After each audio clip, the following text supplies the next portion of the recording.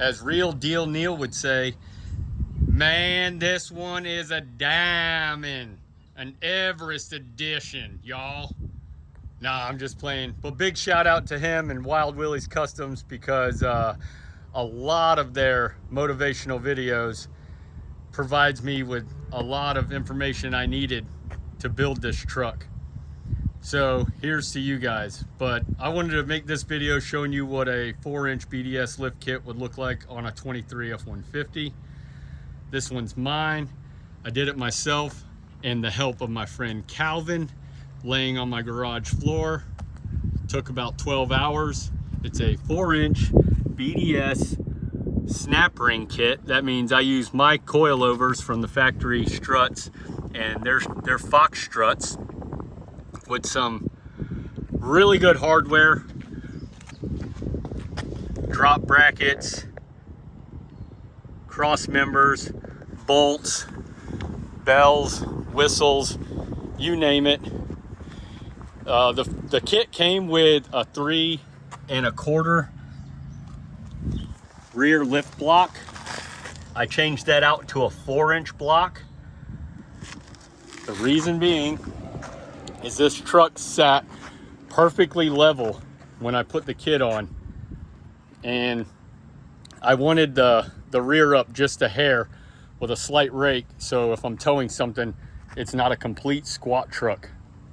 If you're into that kind of thing, okay, but I'm not. Overall, I chose a 4-inch lift because I'm not overcompensating for anything. I'm 6'2", and I wanted to be able to work out of the truck still. Not like I really work, just drive around, but whatever. Who am I to judge myself? Now, I'm running a 35. It's a ridge grappler. It's a 35 1250 20, and it is sitting on some Fuel Rebel 6s, 20x9 0 offset. That comes into play depending on how much you want the tires to stick out. I just got rid of a 20x9 plus 20 offset. That's because it was tucked in a little more. I would say that 20 offset was just out maybe 3/4 of an inch, and this is probably 1.5 inches to maybe 2.5 inches. I don't know. I'm not big on the inch thing. You can ask the ladies. But overall, I really like the kit. From the ground to the top of the fender is right at about 44 inches, and the rear is right around 45. Now, let's go into the rest of the build of this truck. It is pretty modified.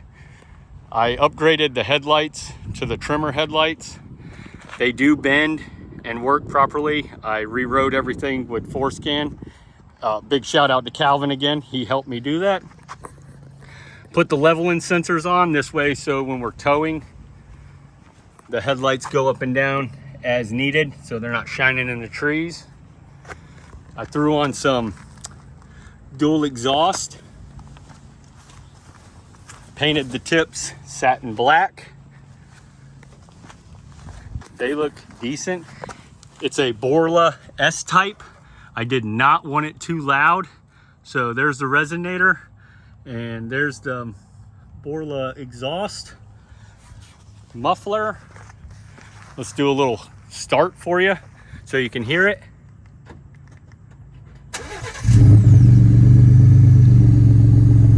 Decent, you know, a little something that says, hey, I'm running, not obnoxious, crazy sounds waking up my neighbors every day. I would compare this to the second setting of a Raptor, if you've ever been around one of those or heard it.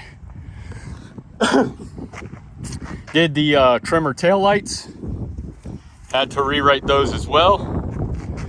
I put these stickers on. That added probably 10 horsepower right there, easily. I painted these emblems myself. I don't know if you don't like them. Okay, that's your opinion, but it's kind of mean. I did the mirror caps. Now I changed these badges literally 4 times now.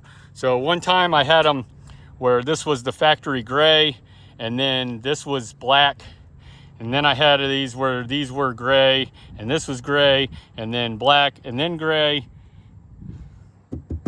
I like the gloss black, matches the wheels. I threw on this sport bumper, or excuse me, the sport grill. It is not the Lariat grill. It's a Ford Performance grill. I mean, that's another 5 horsepower easily. And then I painted that front emblem as well to match carbonized gray with the gloss black. That's pretty much the front, wraps that up. I threw on these Tremor running boards. If you do the Raptor ones, they say Raptor. This isn't a Raptor, so do the Tremor. And you got those, it says Ford. Nobody will ever know. They'll know now, but just don't tell nobody. A shorty little antenna. The other one, I'm not on ham radio. I don't need that much antenna. Half the time I'm on satellite radio or Apple. Interior wise, keep your grubby fingerprints off of my truck. You can just shut it with these door jammers here. Every door has one. Courtesy of me. Anyways, golly. I did a screensaver. It's a matte satin finish, so it takes off the glare and the fingerprints. I want to give a big shout out to the OCD plug. That's where that came from. If you guys want one, look those up. And then I did these leather seat covers. They are katskin. I cut the little tag off. I don't need to advertise all day, every day. It's just something I didn't want to do. So the floor mats, the tinted windows, the rain guards, you know, there's all that good stuff.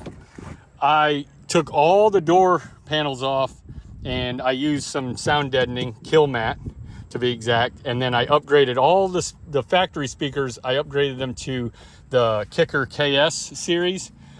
I added this Built Right Industry seat release and this little hideaway sub from Kicker. Now let me tell you, that and that little tiny amp, here's my hand.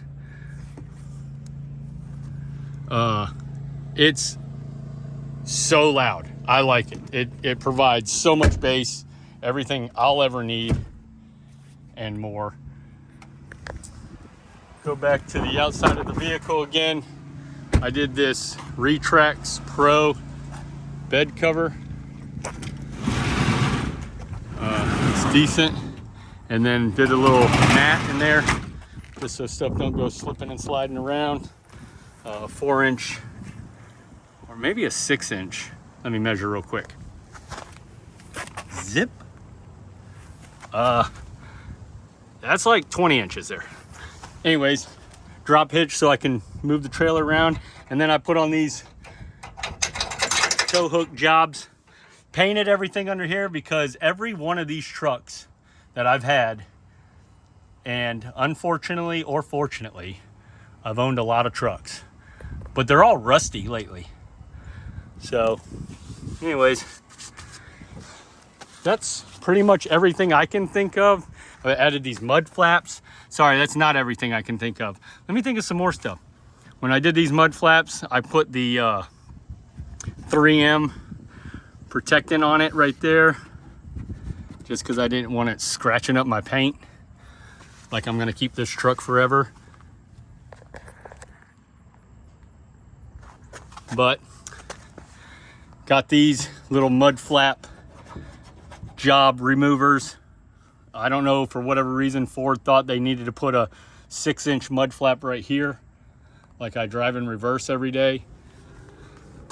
Another shot of under here. There's some wheel well liners. And again, just trying to make this video so you all can get a good look and stop and pause it to see what it's like. the ride height. Let me tell you, it rides really nice. I've owned literally every suspension company out there on a lot of vehicles, and I have no issues with the way this rides. It's not harsh, it's not uncomfortable. It does the speed limit, sometimes even faster. Show you under the hood. Lots and lots of horsepower was added under this thing, lots. And I'm talking maybe 3, maybe 2. Anyways, nothing other than the Mishimoto catch cans, or Mishimoto rather, catch cans. They're cool if you're into that kind of thing. But that's about it. I hope this vehicle video was informative. If you have any questions, I will answer everything I can to my knowledge. You know, do another shout out to Bladen Off-Road. They do all my alignments, sometimes my lifts, and balancing the tires. No issues with those guys. They really know what they're doing. If you're ever in the area of Bladenboro, go see Scott and his guys. They'll take care of you. Honest people doing honest work. Here's one more look at it.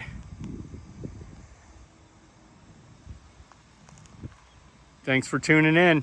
I hope my video helps.